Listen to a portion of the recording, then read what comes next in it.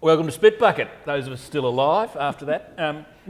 Patrick, welcome to Spit Bucket. Good to be here. We've got a couple of wines to look at this evening. We're starting with the St Hallett 2010 Eden Valley Riesling.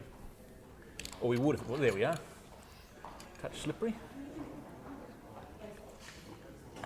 Get you one as well. Cheers. There you go. It's nice to have a glass that James hasn't kicked over.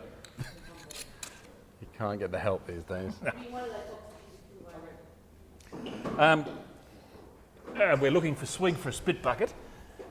Run, swig, run! We haven't. Tonight we meantime, might have to swallow. It's certainly very cold. It's probably one of the things people serve white wines too cold very often. I think this is a bit too cold. You can come into the screen, swig. It's I shall He's extricate. shy. I shall do the bucket work. He's shy. There we are. Eden Valley Riesling. Lovely, crisp, clean, fresh, lemony.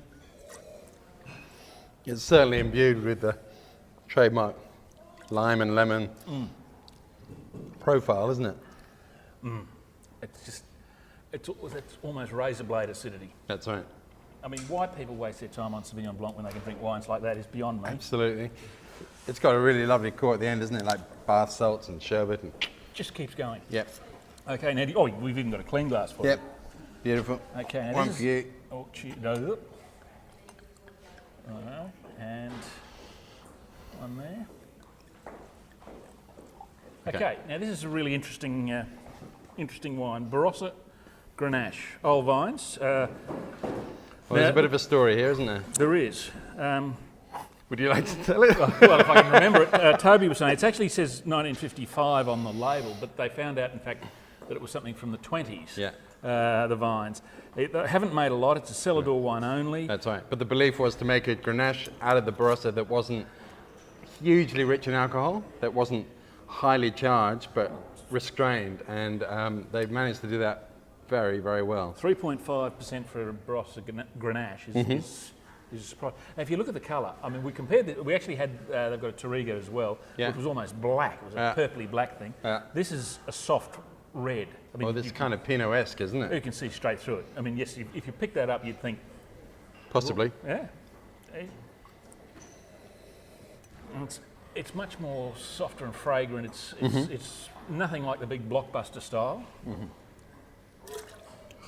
But it is, isn't it? It's elegant. And I might just put that down. it's got a lovely sort of raspberry core and some spice. I reckon the raspberry, it's full of raspberries and they just keep coming. Yeah. I think from memory that's around about 30. Yeah, 32, I think. Yep. And That one, the Riesling, absolutely no idea. 18, 20, 22 as a guess. That should, no trouble finding that. A bit more trouble finding that.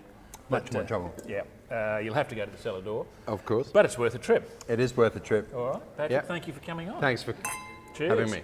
Remember, we spit so you don't have to.